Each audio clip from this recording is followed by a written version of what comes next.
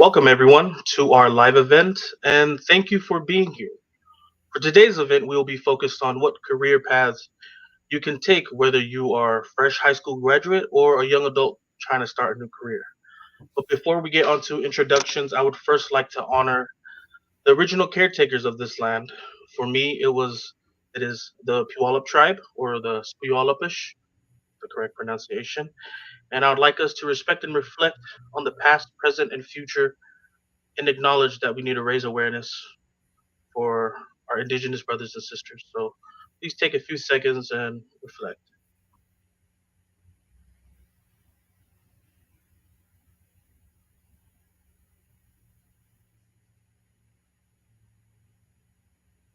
Thank you.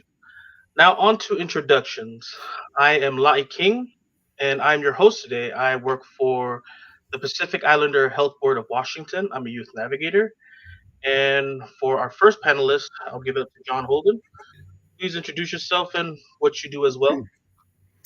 Hi, everyone. My name is John Holden. I'm president of Machinist District 751, and I am lucky enough to be in a position where I get to work with a lot of great people that work to raise the standard of living for people that work in the aerospace industry or in manufacturing, and provide rights for people to bargain a better standard for themselves and their coworkers. Thank you, John. Great introduction, and we are happy to have you on board. And next up is Deontay Damper. Sorry. Hi, everyone. My name is Deontay Damper, pronouns he, him, his. I am the outreach and recruitment specialist for ANEW. ANEW has been around for almost 42 years, and what we offer is pre-apprenticeship training programs for individuals in our community for us to be gainfully employed. We have a 12-week program, and I can't wait to tell you all about it today. Awesome. Now, before we get into all the nitty-gritty of everything, I would like to have a icebreaker question to help us relax our nerves, get a little bit loose before we start going on. And so the first icebreaker question would be, if there was no dress code at your workplace and you had three options, would you wear professional, casual, or sweatpants? Me personally, I'd probably go sweatpants because I don't know, they're just comfortable, they're loose. You can do anything in them. John? Well, I'd go casual, but that might be sweatpants, so I definitely like to be comfortable. Right on, right on. I've been at my job for about a year, so I'm gonna go with casual. But I'm just thinking to myself like how I used to be at my old job, and I would have like my shirt on and then my pajama, like a business shirt on during one of the Zoom meetings, and pajamas on the bottom. So I would say casual, but we're usually in between the casual and the professional dress wear. Oh, right on. Casual and professional. And you wore pajamas while you were wearing a top suit. That was the last job. I don't do that. Hey, whatever goes. Now, that was a good way to loosen up our nerves and stuff. And now we're gonna start. I'll give the floor to President John Holden. He has a PowerPoint for us, and our tech person should go to the PowerPoint. There we go. And President John Holden, floor is yours. Well, thank you, Lai. I just wanted to talk a little bit about the Machinist Institute. That is a nonprofit that Machinist District 751 started. A little bit before we get into the PowerPoint, how we started it, our members had built low-income housing within Seattle and King County in the late 60s and early 70s. And it was something that we maintained for till 2018. And it's something we appreciated that our members started. It was a great service to our community. And it just wasn't something that was in our wheelhouse to continue.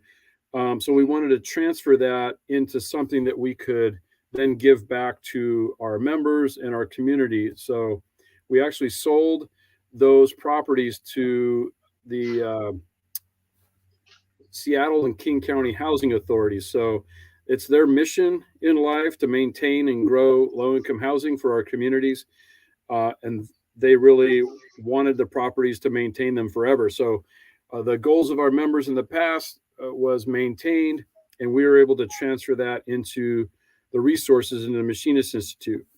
And what our Machinist Institute is our training arm. It's what we want to use to provide skills where members can upskill, promote into higher paying jobs, or members of our community can gain the skills they need to get into the aerospace industry and make a good living. So our mission is that you guys going to move that, or do I? There it is. All right. Thank you. Well, we want to empower workers, build a better future through world-class education, training, and union rights on the job. The reason we talk about the union rights on the job is because we feel strongly about that as the first thing that helps people raise that standard. Union rights mean that we have the ability to negotiate the things that are important to us, whether that's wages or working conditions or healthcare, retirement. Also, it ensures that we have an environment where we aren't discriminated against for the color of our skin or for our gender or for any other protected issues. It's important that we have those rights and can use those.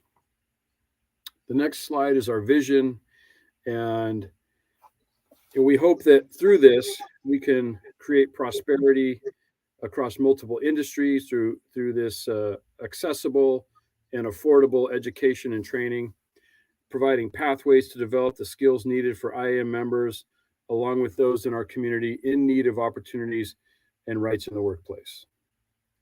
Next is our core values.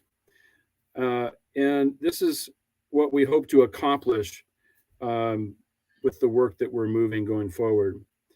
So the core values are excellence, ethics, dignity, diversity and equity, solidarity, accountability, and collective bargaining rights. The next slide talks a little bit about the strengths of the Machinist Institute and how they match up with our core values. So our instructors are subject matter experts from the industry, and they're trained to instruct, including virtual delivery. We have to, since we're in the pandemic, we have to figure out how to train using virtual classrooms sometimes, but also in person. Equity in teaching, and that's so we can ensure that all of our students are receiving the same education, even if they come from different backgrounds, different cultures, and different environments. Our locations, we are working to build. We have one brick and mortar location in Tukwila. We are looking to build some more capacity up in Everett, in Spokane, moreover in Renton, and looking to add that capacity in the next few years. Let's see. Student success is a huge goal of ours. We have resources and partnerships with community-based organizations, and we hope through those relationships that we can provide opportunities for students that they also support in pathways for training, education, and getting into the workforce with a job that provides, family wage jobs, but also provides those rights that the Machinist Union thinks are so important. All right, let's move on to the next slide. So these are some goals that we have in 2022 that we can accomplish this year. We are trying to provide accessible and affordable education and training for careers in aerospace, manufacturing, and automotive industries. We have focused on aerospace, manufacturing, and automotive because those are three big industries that the Machinist Union is involved in. Those are areas where if people receive the training necessary, those are great jobs to get into and jobs that stick around in our community. You can't outsource a lot of these jobs. We hope that we'll be offering pre-employment, registered apprenticeship, and professional development programs. And when you have a registered apprenticeship program, there are rules that you have to follow because it's a state registered program. You have to track the program itself. You have to track all the students. You have to provide access to support services. We're looking at childcare, instructor development, and program administration services. All right, the next slide. I think the importance of this one are in the three blocks. You know, everybody wants to get into the workforce. They want to earn a competitive wage from day one. And the industries that we've chosen to be in are jobs where, with the right training and the right trajectory, people can get into a good paying job right away. The education that people will gain, they'll gain knowledge from on-the-job learning and job-related classroom training. Now, the importance of that is that you can earn while you're working and gain knowledge at the same time. And that's what the beauty of a registered apprenticeship program is that you're working while you're learning. Many people say they want to get into college, they want to take a major and graduate and then get into the workforce. And oftentimes that leads to a lot of student debt. But registered apprenticeship programs, most of the time, people end up debt-free in a great job, making a great wage. And the credentials are portable. If you earn a Journey Person's card at the end of your program, you can take that anywhere in the country and be recognized in your industry as someone that has been taught the basics and is a master of their craft. And that's important in case someone is moving around the country. Those, journey level cards are critical. Okay. And then on the next slide, we talk a little bit about the registered apprenticeship. And it gives a little bit more information specifically around this. It's an educational program to develop practitioners of trade or craft or profession with on-the-job learning and related supplemental instruction. So that supplemental instruction will be courses outside the workplace that an apprentice will have to take. Oftentimes, those are offered at community and technical colleges. In our case, there'll be a combination of on-the-job, work with the Machinist Institute and community and technical colleges as well. For employers, the benefit of an apprenticeship program, and this is kind of a key point that many apprenticeship programs talk about, is employers are successful because of the apprenticeship that they offer. It is a way to train people into highly skilled jobs that they need, that they can't readily find. They pay them appropriately, so you retain a workforce. You stop a lot of the turnover that you might see, and it actually makes companies profitable because the employees are the ones with the skills and abilities they learn are able to do that. Okay, a little bit about the programs we have on the next slide. So we are starting a pre-apprenticeship, a pre-employment, which is a 10 to 12 weeks of training. We do have 3 state certified apprenticeship programs for a machinist, heavy duty equipment mechanic, van trailer container mechanic, which we are working with specific employers on those. And we're also working with incumbent worker training for digital literacy and leadership. And that's, workers that are already in the workplace, trying to help support them. The workplace is always advancing, it's always changing, and there's more on the computer than there ever was before. And to help incumbent workers learn to navigate that world is something that's important to us as well.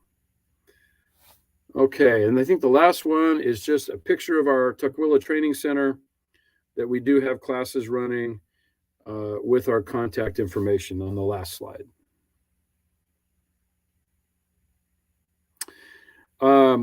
One of the things that we're really trying to accomplish with the pre-employment training is give people an avenue into aerospace specifically. I know we're in a time period where this pandemic has greatly impacted travel, airlines, aerospace, but we will come out of that. And our commitment from the resources that we were able to put into the Machinist Institute is that we will help train the next generation of aerospace workers. And part of it is attracting people to show them that it's a great job with a great future, and provide them the skills where they can enter the workplace. Thank you. Thank you, John. That's a hey, very informative PowerPoint. Really appreciate that. I just have a few questions I would like to ask. So for those out there, what is a machinist? Well, a machinist can be many things. Like at Boeing, we represent the workers wall to wall. So we have people that are machinists, that they work in parts distribution. They work in assembly and installation. They'll drill and fasten materials, in the fuselage. We have people that work on avionics. We have people that functionally test the aircraft, and we have people that help run the aircraft and deliver it to customers. And so a machinist is really, can be any one of those folks. A traditional machinist is somebody that probably runs a mill, a CNC mill that machines parts, machines metal, machines, any sort of other materials that they use that machine to build. But these days, a machinist can be anyone. We have machinists at the airport that work in customer service, mechanics on the aircraft, baggage, you name it. A machinist now is someone that has rights and is represented by a union. Awesome. Right on. I also have another question, but first I would like to give a chance if the audience has a question you guys can ask. Just type in the chat box and we'll see it. And I actually have a question. Oh, go ahead. So where are you located? Where in Tukwila? Yeah, we're just off of East Marginal, just south of the Boeing Access Road off the I-5, kind of in view of the light rail. That's where our the brick and mortar location is. We have union halls all over Washington, in Seattle, Renton, Everett, Auburn, and Spokane, and the Tri-Cities as well. But for our training center, we're starting off small, right there in Tukwila. Right on. And it looks like we have a question in the chat. Right here's from Gabriel Falanico. He asks, what kind of things? Oh, right there. What kind of things do you look for in an applicant looking to become an apprentice? And would you prefer someone with experience or a college degree, or does it matter at all? Well, we're looking for applicants that are interested in getting involved in the work we're training for. So that can be anyone. The beauty of what an apprentice is someone, they don't have to have a college degree or work experience yet. There might be some, when you get into a program, there might be some prerequisites that someone might have to take, but overall, we're looking for people that are interested in getting into this line of work, but don't have to have really a college degree or anything else. We're looking for anyone that wants to get their hands dirty and build something. And then the second question is, do you think you need a college education to be successful in today's age?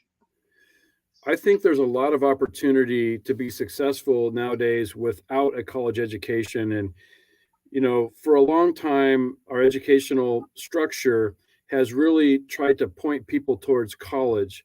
But there's a lot of work in the trades, in apprenticeship programs, where people make a very good living. They become highly experienced at their trade and their craft, and they can do very well for themselves and their family. And these are the types of jobs where you work to own a home. It's achievable. You raise your family if you want a family, and you're able to provide. And you don't need a college education to get there. And I hope people learn about these because it's a great option to get your training and be debt free at the end of it. And then we have another question right down here. What is the description of the job, and what are the skills needed for the jobs? It kind of depends on what jobs we're talking about. The pre-employment training we're looking for, it's aerospace training, so we're training people how to drill through metals. We're training them how to fasten. We'd be training people how. Oh, I think you froze, John. You Oh got me no. back, Lai? Yeah, we can hear. Oh, yep. I think we're good now. Okay.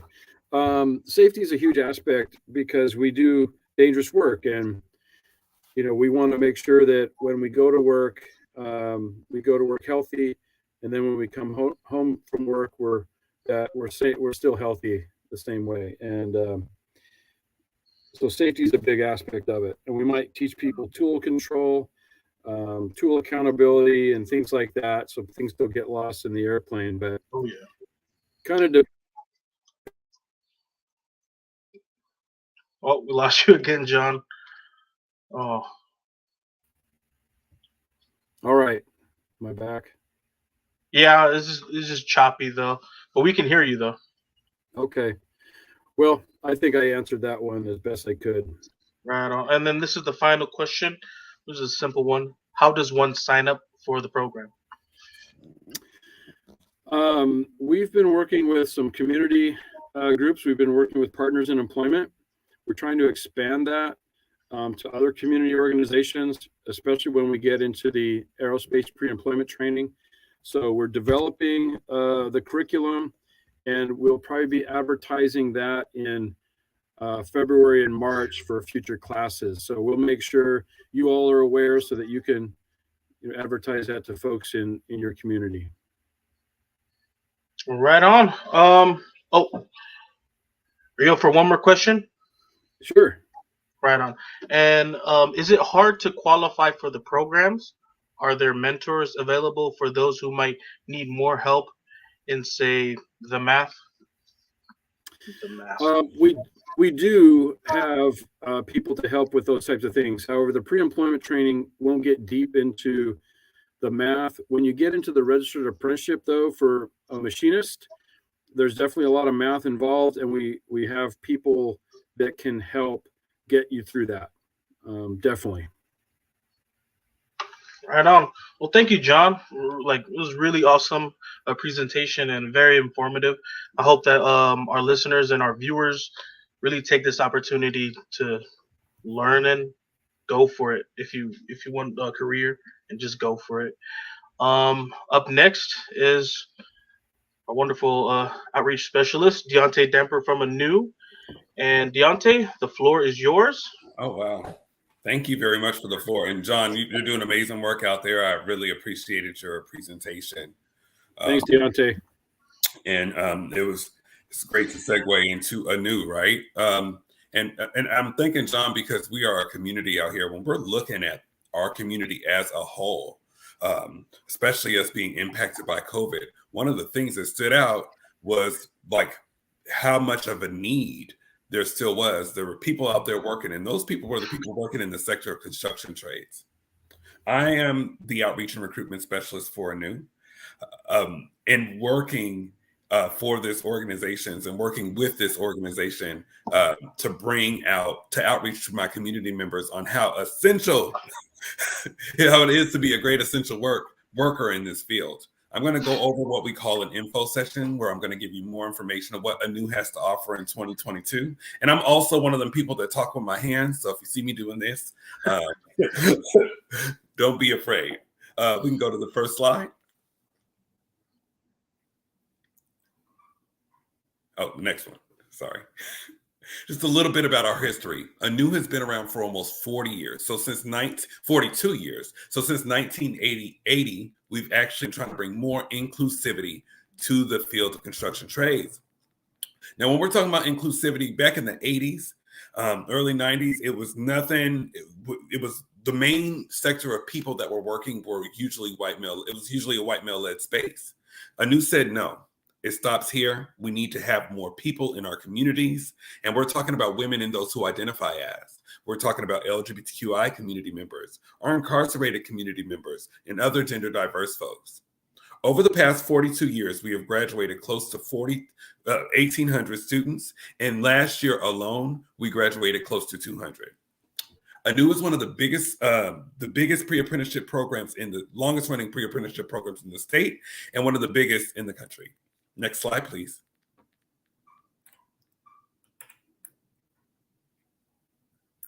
Now we have two different locations, everyone. Over here in Renton at 55 Southwest 7th Street.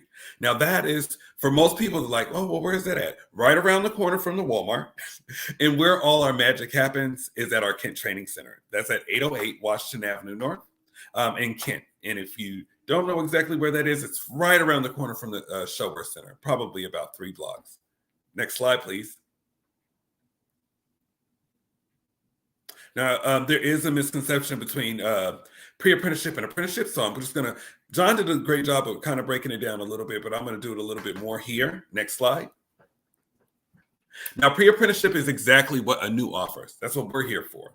We offer a 12-week short unpaid training where you're able to gain the knowledge and skills to become a competitive apprenticeship applicant.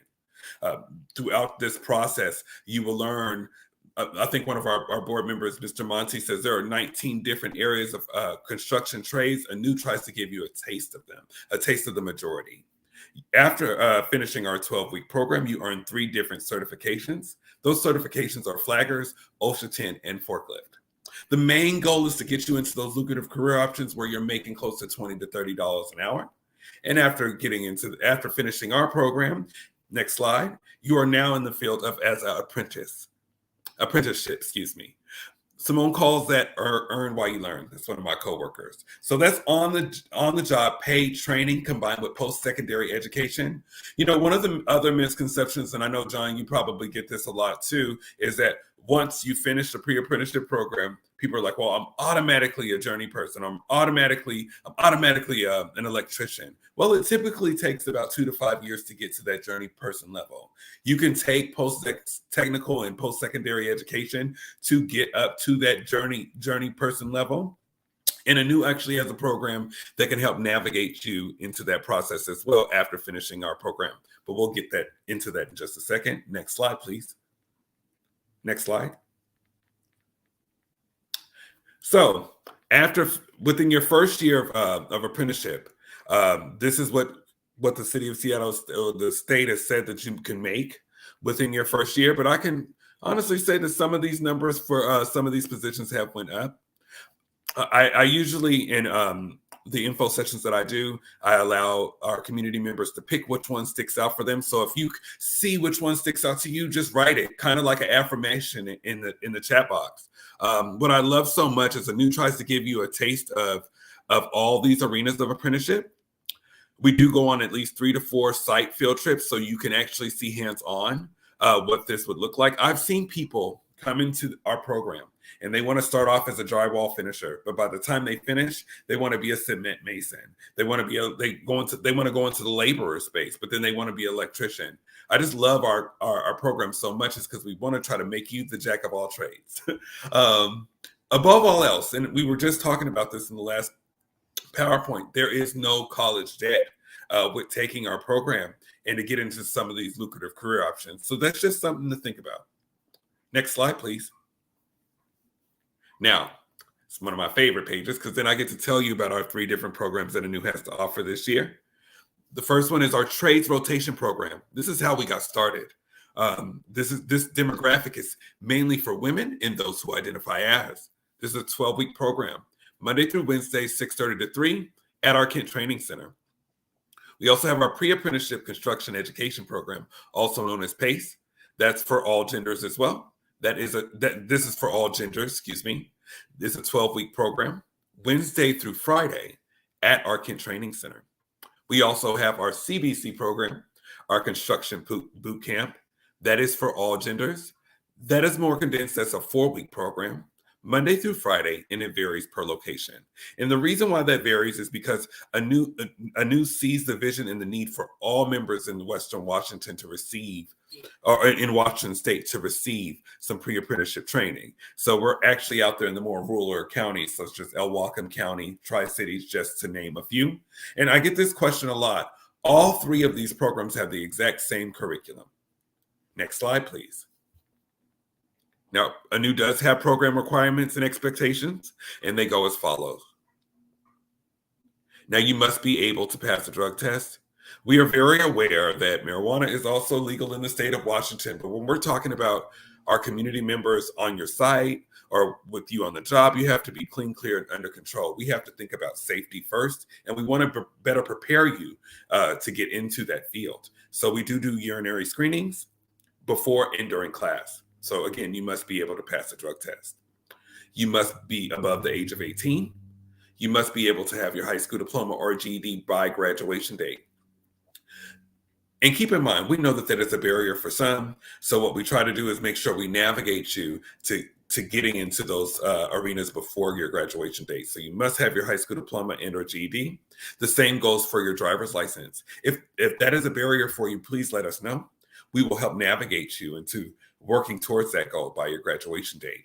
And if I can take a second to tell you why those two things are important, is because if you don't have those credentials, most times in the construction sector, they can try to lowball you in your pay. So we want to make sure that we're setting you up for success. So again, you must have your high school diploma or GED by graduation date and or valid driver's license, must be able to legally work in the United States, and must be able to perform physical and demanding work and be present during our tryouts. Next slide, please. Now, our trials are actually broken down into two parts. Our training staff, we have some amazing training staff. They're able to not only assess your commitment levels when getting into the program, but we also want to check in your barriers. So as I was stating before, like your high school diploma and or GED or license, if those are barriers, maybe it could be transportation. We just want to make sure that we're checking your commitment levels before getting into the program. We also give you a reading comprehension as well as a math assessment within the first part. Our second part is a little bit more physical. Can you push a wheelbarrow? Because that's a qualification. Can you move a gravel bucket? It's pretty much you're going to be going through like an obstacle course, so to speak. You must be able to lift a minimum of 40 pounds. But as one of my wonderful trainers, Bo, states, having a positive attitude and great listening skills can get you very far in not only in this program, but in your career. So again, having great listening skills are extremely important during tryouts and throughout your career in space. Next slide, please. Other expectations, we start at 6:30. We just encourage you to be there at least 15 to 30 minutes early. We're trying to get you better prepared to get into the workforce. We do daily workouts daily, and you'll be grinding for about 8 hours straight. So we encourage you to bring a big bottle of water to class every day. Now, I know there's some people get afraid of math, right? And I understand, but you have to understand that math is related to every sector of trades. We have a great trainer. Her name is Michelle. I've never seen a trainer like her. I've never seen someone assess someone's commitment levels and push them to go where they need to go. I've watched Michelle tutor people day and even nighttime, and she does a really great job of meeting you where you're at to take you where you need to go. But again, everyone, you cannot run away from math. It's a part of every arena in trades. We do we do this thing for professional development. We have ANEW alumni, former graduates, come in and do what you call mock interviews. We also do resume building as well throughout that process. And it's so great to watch students be interviewed by former students, because it gives those students an opportunity to see where they want to go. Maybe their mind frame, they couldn't choose between doing sheet metal or being a laborer. And then throughout those mock interviews, it helps the student gain their confidence to better navigate them when they finish our program. Next slide, please. More expectations, but they come with rewards. Now, we do know that life happens, but no call, no shows are not okay. ANEW staff does an amazing job of providing you with our phone numbers and or emails, just in case if there's any absences or tardies, or if you're not able to make it. We want to make sure that you're working towards your success. We want to let you know we do have some homework for you, about 4 hours, and we want you to be able to at least provide us with at least 8 hours of community service before finishing our program. We provide you with safety goggles, safety hat, safety vest, also known as PPE. Having great listening skills and showing respect and a positive attitude, but above all else, you got to be ready to come up there and hustle. This is a big field out there, and there's money to be made, and we want to make sure that you're ready and committed to getting out there to get it. So be ready to show up to work and hustle. Next slide, please. Week 12 is graduation day. Next slide. And with finishing our program, as I stated before, you are eligible for preferred or direct entry into a paid apprenticeship. You're able to gain the knowledge and skills to get out there in the construction field. And let me just tell you all a brief story. We had a class of 25 students in between the ages of 18 to 24 this summer. So Running Start program. Shout out to Representative Tina Orwell, who did an amazing job with getting that program out there to us. But of those 25 students, only 10 of them were at graduation because the other 15 were already out there working. Of those 15, 5 of those community people were out there making $41.50 as flaggers. And they were all under the age of 21. So just something to look at. I'm super proud of those students and the Running Start program and the community members that helped us get that on the road. Get that out there to communities, excuse me. Above all else, you earn those 3 certifications, as I stated: OSHA 10, flagging, and forklift. Above all else, you become a part of our new alumni. We are able to help you with career progression and mentoring. Next slide. And if you need our help thereafter, that's where our ARC comes in. This community is our Apprenticeship Resource Center. This is where we are able to provide supportive services for people who are income eligible.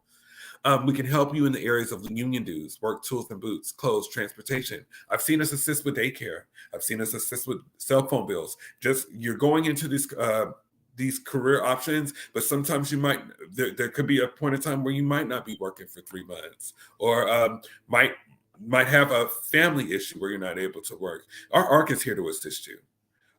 You're able to do this program after finishing for almost 24 months. Tanisha Barquette, as well as Sterling, does an amazing job of checking your barriers to make sure that you can be ready to get back out there to the workforce. So again, our ARC is there. Next slide. So what happens now? You fill out the enrollment form. You email them to myself, info@anew.org. You then will be scheduled for a phone interview through Ryan Rogers and or Grace Lindsay, who are our TRP and PACE program managers. You would attend our tryouts, graduate from our program, and then become a part of our ANEW alumni. Now, we do have some new dates that start in April for our TRP program. Right now, the class is full for our January one, as well for our PACE. And we just newly announced that we will be having a cohort in Pierce County. That will be in April. The dates will be to be determined, and that one will be for 18 to 24-year-olds out there in the area of Pierce County. And that's all I have for you today. I'm more than happy to answer any questions you may have.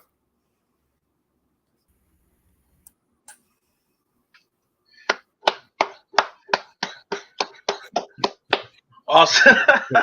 Awesome presentation. Very informative and fantastic. Thank you very much, Deontay, for showing us what ANEW is like and giving us a little taste. And asking you shall receive. We have a bunch of questions for you from the chat. And the first one is and it's from Gabriel Falanico. What happens if you get injured during your apprenticeship, and is the injury covered by your program?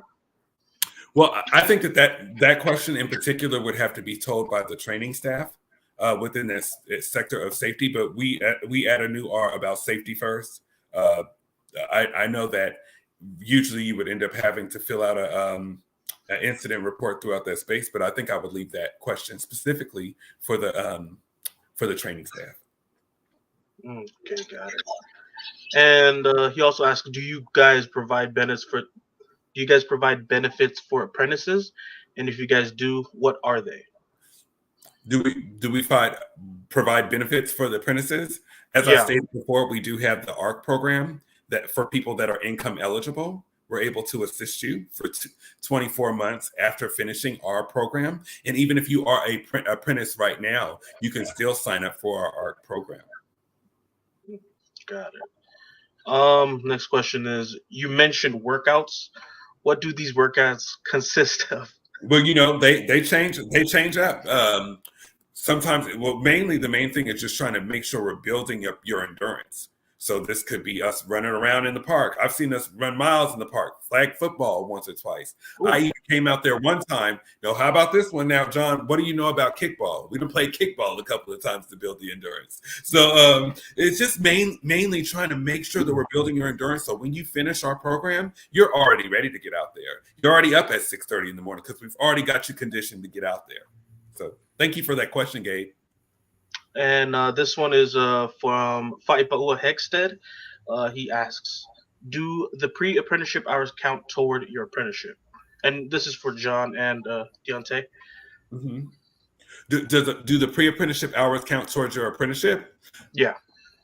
For that question, I would say no. But again, I think I could. What I will say is I need to circle back for that question and get back to you on that one. But good question. Yeah, I don't want to tell you no, it doesn't, and then it actually does. Got it. And I don't want to tell you yes, and then you graduate the program and then it doesn't.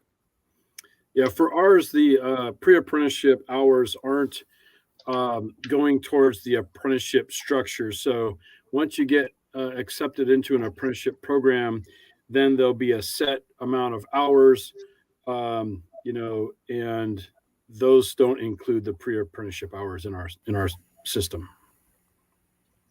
And then he also has another question for Deontay. And are the 4 hours of homework from the totality of the classes load, or is it each class or each day provides 4 hours of different homework? It will be weekly. So for those 11 weeks, you will get at least 4 hours of homework. Okay. And I also have a question of myself. Let's start with you, Deontay. What is the future outlook for the trades in Washington State and the rest of the country? Well, I mean, we're in Western Washington, and I mean, I was born and raised here. And if one thing's for certain and two things for sure, there's two things that have stayed consistent, and that is technology, and that is construction. I have watched our community. Above all else, I have watched my friends and family members that have went from homelessness, that have went from incarceration, that went through discrimination because of the community that they're from, their identity. But I've watched these people strive and be successful in the areas of construction. I've loved how it's disciplined some of my community members.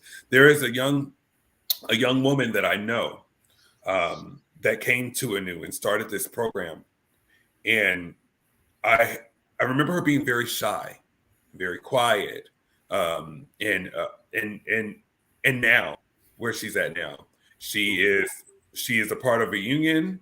She's a part of our board of directors, and she has her own construction company. It speaks volumes just to watch that. And I mean, that's Black girl magic at its finest. Markia just had to shout her out because I think about those type of stories. So when you're asking me where construction can go, I look back at my community members and such as Miss Wooten, and I just say it's going up.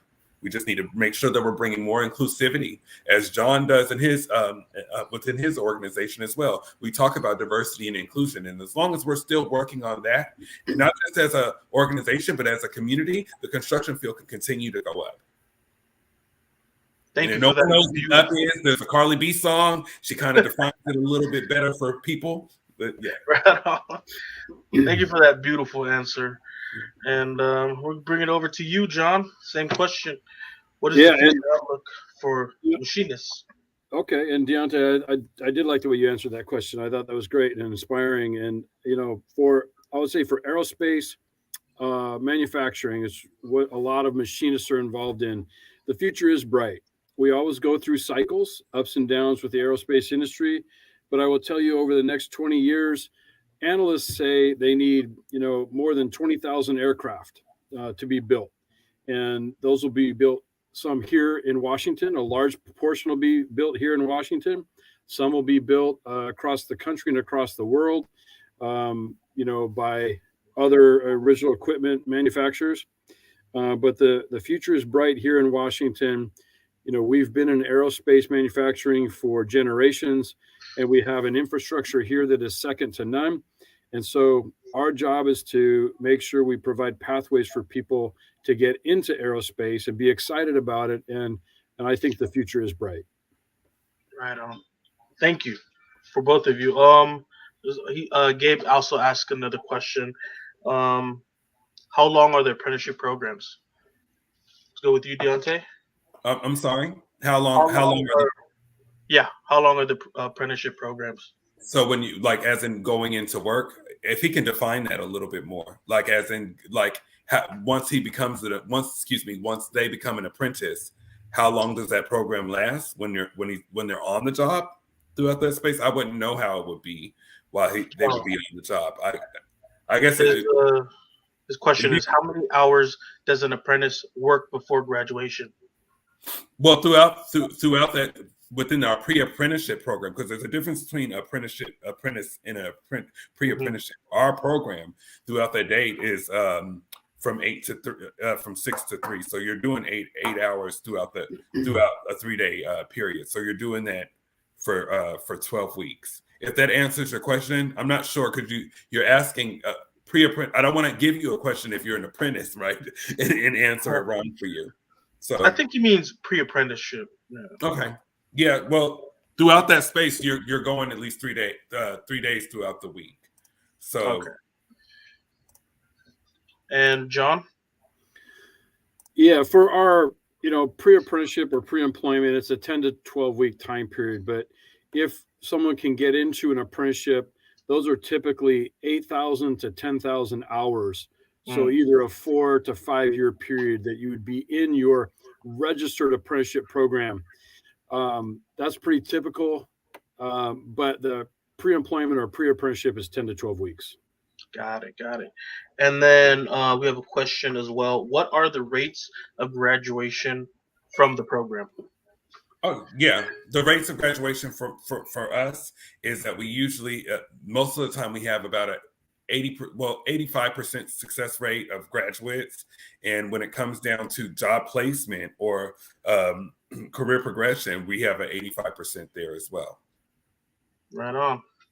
And Awesome. then keep in mind that with people taking our program, we have to understand life happens. Things happen. People, I don't know, raise your hand if you've been impacted by COVID. You know what I mean? So those things happen as well. Right on.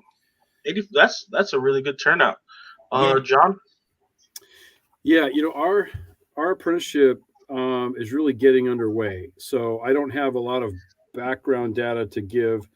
The IAM, or the Machinist Union, is also involved in a IAM Boeing apprenticeship program, and we have a graduation rate above 95%. And that's because people have a good structure for them to rely upon, support they need in case they're struggling. And we have to be understanding, just as Deontay said, during a time like this, we have to be understanding of what people are going through around the pandemic and other things. But our Machinist Institute programs are just getting underway, so I don't have any data to share on that. Got it. All right. 95%, man. Ooh, that's awesome. And this is the last question for today, or unless anyone else has any questions. But what are your guys' personal opinions on college before entering the workforce?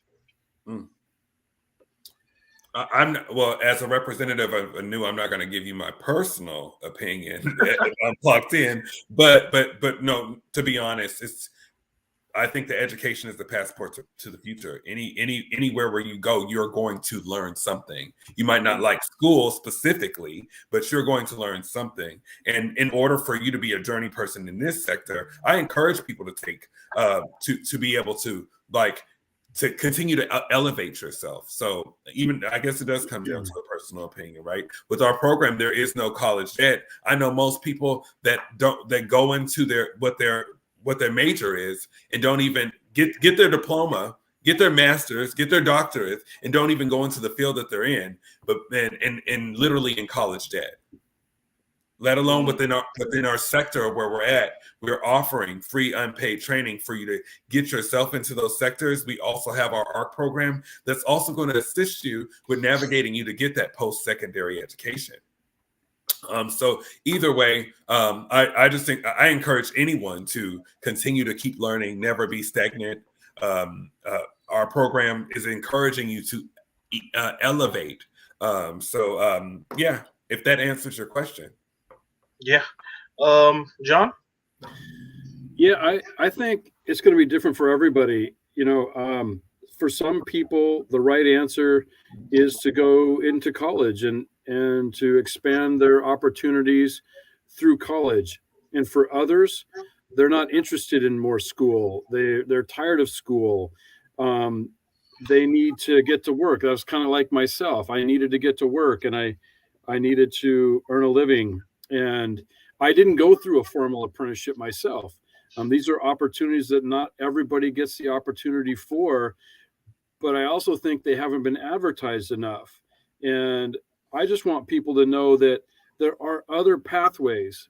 If you have a pathway and you've set your sights on college, well, that's great.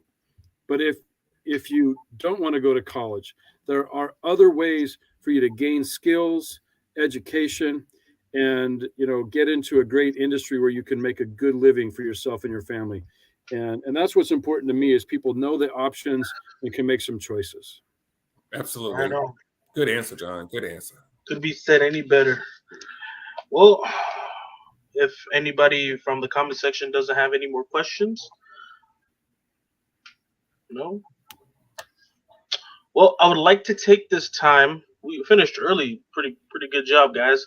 I'd like to take this time to say thank you to our panel, Mr. John Holden, president of the Machinist Institute, and Mr. Deontay Damper, our outreach specialist for ANEW. Thank you so much, gentlemen, for giving us your valuable time to expand our understanding of career options and other opportunities that you guys give. Your presence on this live feed ensures industry commitment to communities of color, and I'm certain that everyone participating and watching in this live feed has learned something in this session. On behalf of the Pacific Islander Health Board of Washington, I thank you. And to all my listeners out there and viewers, thank you for joining as well. You have very awesome questions. Makes your brain think. And good evening. Have a good night, everyone. Thank you very much. Good work.